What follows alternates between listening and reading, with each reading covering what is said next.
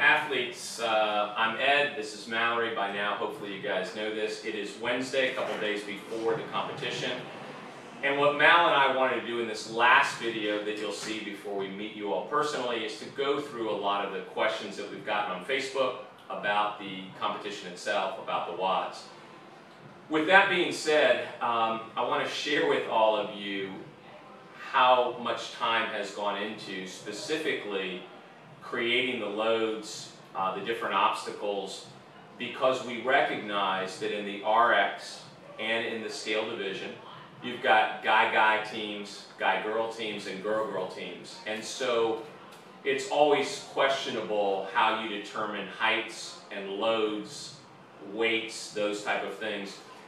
Behind me here, just so you know, are all the loads, the height of the wall, the weight of the tires, the weight of the slosh pipes. What we've tried to do is to create that percentage differential that makes sense. And by that I mean that makes sense within programming standards. So, so that there's no argument when you guys get there about whether or not the girls' wall should be at 70% of the guys' wall. It's at 62%. We've tried to keep things somewhere between 50 to probably 70% between guy and girls. With that being said, let me tell you some things to bring if I were you. Certainly bring your jump rope. We're not going to have jump ropes there for WOD 3, which is the speed rope double under WOD 3 rigger gear. We're not going to have jump ropes there, so bring that. For the field event, I would urge you to bring some gloves, maybe some sleeves. The wall, while it's been sanded at the top and there's no nails that are sticking out, it gets a little aggressive back and forth over that. Pulling that sled with that rope gets a little bit of aggressive as well. So potentially gloves or sleeves would be good. In terms of the pool, anything that you guys want to swim in is fine with us as long as the attire is appropriate. You can certainly wear goggles. I've talked about wearing wet shoes if you want. There's been no issues with anybody slipping with the slam ball once they get out of the pool, but you can certainly wear that. If you want to put a towel on the end where the slam ball is, with the theory that when you get out, you're going to dry your arms, but that again has not been an issue. You'll certainly be able to do that. We're excited about the event. I'm going to kick it over to Mal. Guys, in terms of timelines, the UBS registration booth opens. I'm sure it's going to be open by about 7:15.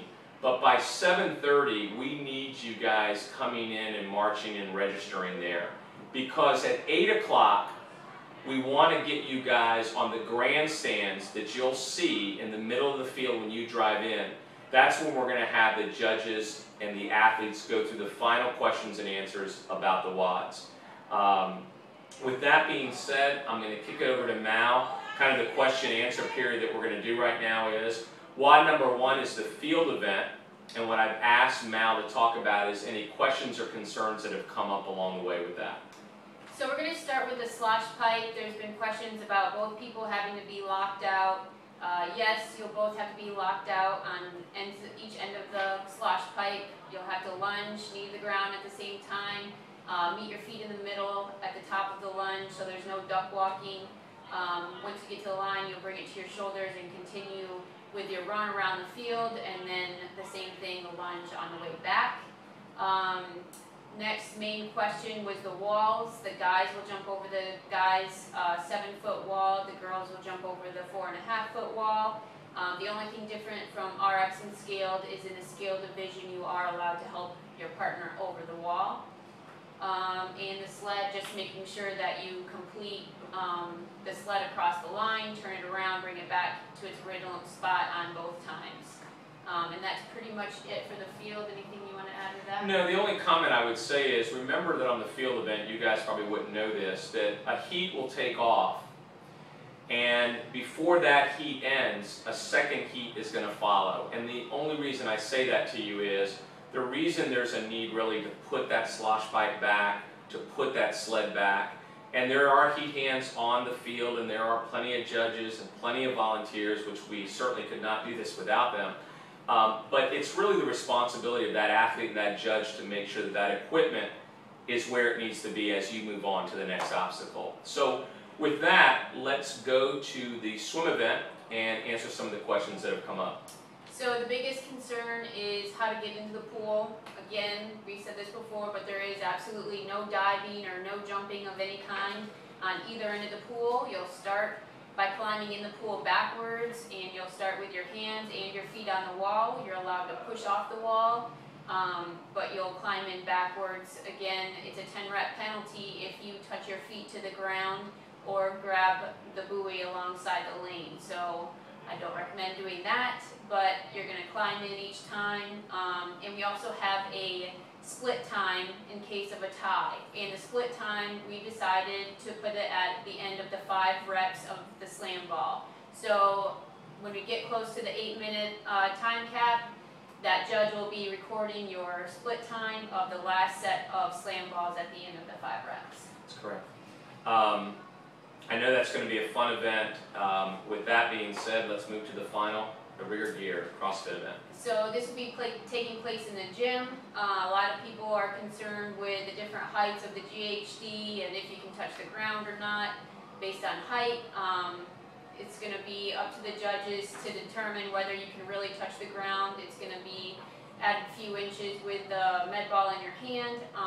But yes, everybody will have to touch the ground and then come up. If Ed and I are partners and I'm on the GHD and the throw back to him is a little crazy and it ends up dropping, that rep will be a no rep and it will continue back onto the GHD. So I will have to then go all the way back, touch the ground, throw the ball to him, he'll catch it in the bottom of the squat, and the rep is complete when it's back to the GHD for the full rep. Again, we're going to make sure our judges are on cue about keeping everything in sync. There's no squat cleans for the front squat.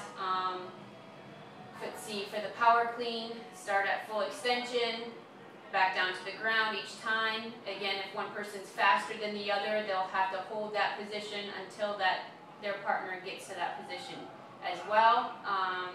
Hitting the bottom at the same time and the top at the same time of the front squat.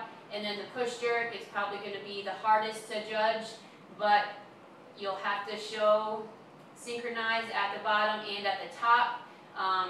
You'll kind of have to base it on if you guys are both good at rebounding at the bottom at the same time, but if you're not very good at that, you're going to have to show a pause at the bottom and then come to full extension each time. Good. I think there was one question that I saw on Facebook, and I thought it was a great comment by one of the athletes. The athlete basically said, while these are the standards, is everybody going to be upheld to those standards? And you know, again, on that question, we're hoping that this event does uphold the standards. I can tell you that we have currently had 4 hours of judges meetings with the judges. They've come in the evenings to go through this. They've seen good reps and not so good reps. And so I'll be very surprised if we go through the whole competition and there's not a no rep. I'll be very surprised at that. But hopefully you guys will leave the competition feeling as though it certainly was fun, it was fair, but also that the reps were counted accordingly. There are 32 boxes. I know you guys have heard me say that. You'll see the boxes that will be posted. We'll have all the names that will be there. There are 40 sponsors. The sponsors are really excited. This is one of those events, too, that feel comfortable bringing your kids. I know it sounds crazy. The Long Center has a fantastic playground. Feel comfortable if you have elderly parents. It's air conditioned inside, obviously in both the pool and in the gym event, so we know it's going to be a hot day. Plenty of food trucks, plenty of gear. Progenics certainly will be there too if you haven't tried the peanut butter smash. So with all that being said, we're excited, and we'll see you guys this Saturday at the Long Center. You'll see plenty of volunteers when you guys pull in. They'll help you with parking. They'll show you where the tents go, so don't worry about that. Rest up. We'll see you in a couple days, guys. You kill it?